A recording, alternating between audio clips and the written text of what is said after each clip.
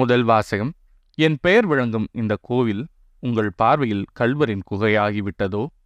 இறைவாக்கினர் எரேமியா நூலிலிருந்து வாசகம். அதிகாரம் 7 இறைவசனங்கள் 1 முதல் 11 முடிய. ஆண்டவர் எரேமியாவுக்கு அருளிய வாக்கு. ஆண்டவரின் இல்ல வாயிலில் நின்று நீ அறிவிக்க வேண்டிய வாக்கு இதுவே.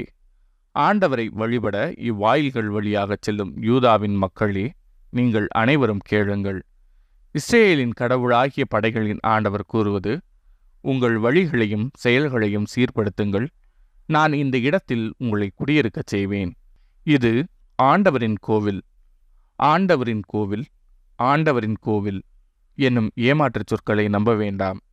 நீங்கள் உங்கள் வழிகளையும் செயல்களையும் முற்றிலும் சீர்படுத்தி கொண்டால், ஒருவர் ஒருவரோடு முற்றிலும் நேர்மையுடன் நடந்து கொண்டால், அந்நியரையும் அனாதைகளையும் கைம்பெண்களையும் ஒடுக்காதிருந்தால், மாசற்றோரின் இரத்தத்தை இவ்விடத்தில் சிந்தாதிருந்தால், உங்களுக்கே தீங்கு விளைவிக்கும் வேற்று தெய்வ வழிபாட்டை நிறுத்திவிட்டால், இந்த இடத்தில் முன்பே நான் உங்கள் மூதாதையருக்கு எக்காலத்திற்குமென்று கொடுத்துள்ள இந்த நாட்டில் உங்களை குடியிருக்கச் செய்வேன்.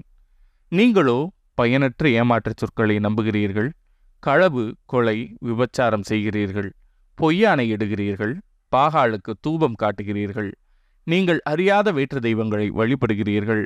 ஆயினும் என் பெயர் விளங்கும் இந்த கோவிலுள் வந்து என் முன் நின்று கொண்டு நாங்கள் பாதுகாப்பாய் உள்ளோம் என்கிறீர்கள். அருவருப்பான இவற்றை செய்யவா இந்த பாதுகாப்பு? என் பெயர் விளங்கும் இந்த கோயில் உங்கள் பார்வையில் கல்வரின் குகையாகிவிட்டதோ?